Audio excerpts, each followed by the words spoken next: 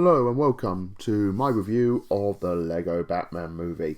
Right, Lego Batman movie was a lot of fun. I really enjoyed this film. A lot more than I thought I was going to as well. It was really good. But we had the same team who made the first Lego movie come back in to do the Lego Batman film, as being in Phil Lord and Christopher Miller, who took a property of the Lego franchise and actually made it into something which was amazing and really funny. This film, oh my god, I did not stop laughing at this film. It is so funny from start to finish. It is so cleverly written. From the jokes, from the meta humor, like it has jokes from anyone who from any walk of life can enjoy this, especially if you are a Batman fan and you grew up during a certain time period of watching Batman. If you are still reading it now, if you're from the comics, if you've only seen the film, the TV shows, the really old serials from the black and white era during World War II. It was just so cleverly written about this film. I would highly recommend anyone to go and see this film from any point of view. If you love Lego, you're going to love this film. If you love Batman, this is literally a love letter to the Batman mythos and franchise. And if you just love comic books, this is a great meta humor on the whole industry of superhero films at the moment, and it takes fun, it pokes fun at it. The best way to describe it, if anyone ever seen Blazing Saddles, what it did to westerns and Hollywood films, I would say at the time, this film did that, but for superhero films, and it was so smart. Now, I'm going to say this now, spoilers. I'm going to go into spoilers, so if you don't want to know what's going to happen in the film, especially with most of the surprises, don't listen now, or watch the film, come back and see what I have to say. So, straight away out the front gate, the whole story is about Batman going around saving Gotham City and just wants to find friendship and family and develop that along with saving Gotham City. That's the whole premise of the film, and it's really good. It looks at the psychology of Batman cleverly, which I thought was like, okay, I wasn't expecting that. And it has its quiet moments as well, along with funny moments. It's like, literally the funny moments straight out the gate from the opening title sequence. You got Batman narrating over the titles, which I thought was so funny.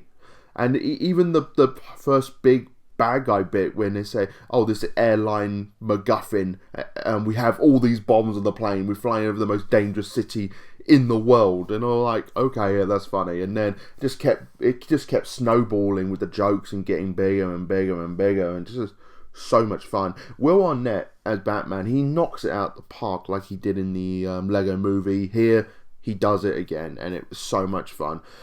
I think I'm really happy to see new voice cast of this as well. Like, I thought I'm not even trying to pronounce his second name, Gillespie, the beardy guy from Hangover is the best way I can describe him. He voices the Joker. Him and the Joker's relationship, oh my god, it's so funny, their relationship in this film, and how they try to one up each other and even make a platonic quote unquote gay relationship between the two. I thought that was quite funny, and it's like it's something that always been with the Batman franchise as a joke sort of thing and theme that people always look at over the years, and they do that with with Batman and Joker, which I thought was really clever. Michael Cera as Robin, yep, funny, really good, love his work.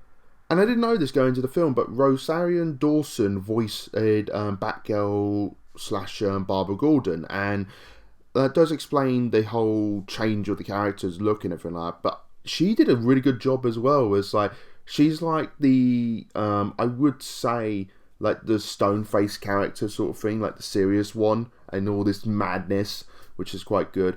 And I did find it really funny that they got Ralph Flynn, I think his name is Ralph Flynn. I can't remember his name off the top of my head, but he voiced Alfred in this. And then there's another character in this film that I'm going to get into a little bit, but it's kind of weird. what they did with this scene, they basically reference everything from the old Batman things, and it all in one big continuity. They threw everything in this, and it's really good, and it snowballs. It keep getting funnier. The story keep getting better and better.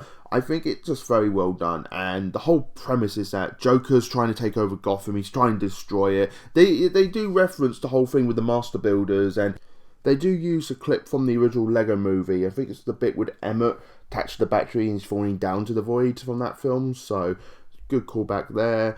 It is connected to the Lego movie. They do make reference to the original Lego film in subtle little way with Master Builders, the Void, and everything like that. It was done pretty well.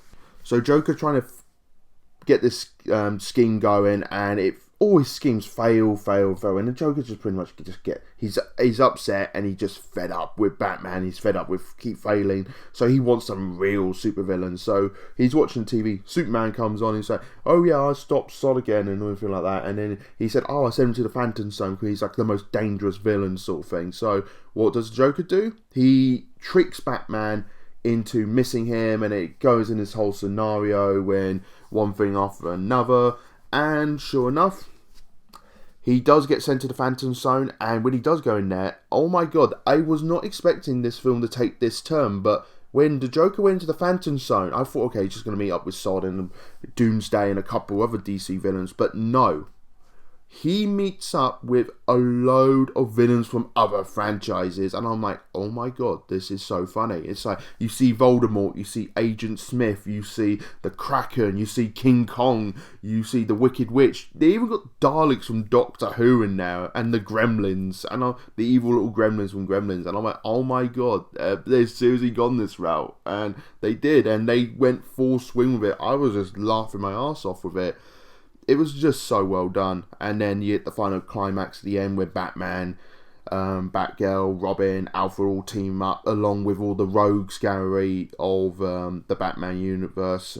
I thought it was a missed opportunity not to bring the Justice League in, because they are in the film and they are used reasonably well and they're quite effective with their humour, but I was just like, well, missed opportunity there, not having them teaming up to stop the Joker and all these other massive super villains and everything like that. Oh yeah, they had Sauron as well from Lord of the Rings, which I was like, okay, that's cool. But yeah, overall, really funny film. I would highly recommend it to anyone to go and see this film. It is just a blast from start to finish, with the humour, with the writing. It's cleverly written, with its comedy and drama, and also the psychology of the Batman characters. They totally get it, and the whole franchise, and the psychology and our current status on superhero films, which they do address with the oversaturation, the madness of it, and it's done so well. I would highly recommend anyone go see this film from any age group. And also as well, just to end this review off, at the very start of the film, there's a short film. I'm not going to spoil that, but that was really funny as well, and I wasn't expecting that. And I hope when they do more of these Lego films, they have a short film at the beginning of every single one of them now. But yeah, overall, fun film, really funny. I will have to score this, can't believe I'm saying this, I'm going to give this film a 10 out of 10. I can't think of anything I didn't like about this film. It was done so well. The pacing was good, the humour was good. I can't get enough of this film. I want to go see it again. I want to get it on Blu-ray when it comes out. I highly recommend anyone go and see it. So, trust me, this is the best film we're going to see from DC's film division, from Warner Brothers this year. Hands down. I don't care what you say in the comments. This film was amazing. Anyway, thank you guys for listening, and yeah, see you guys around.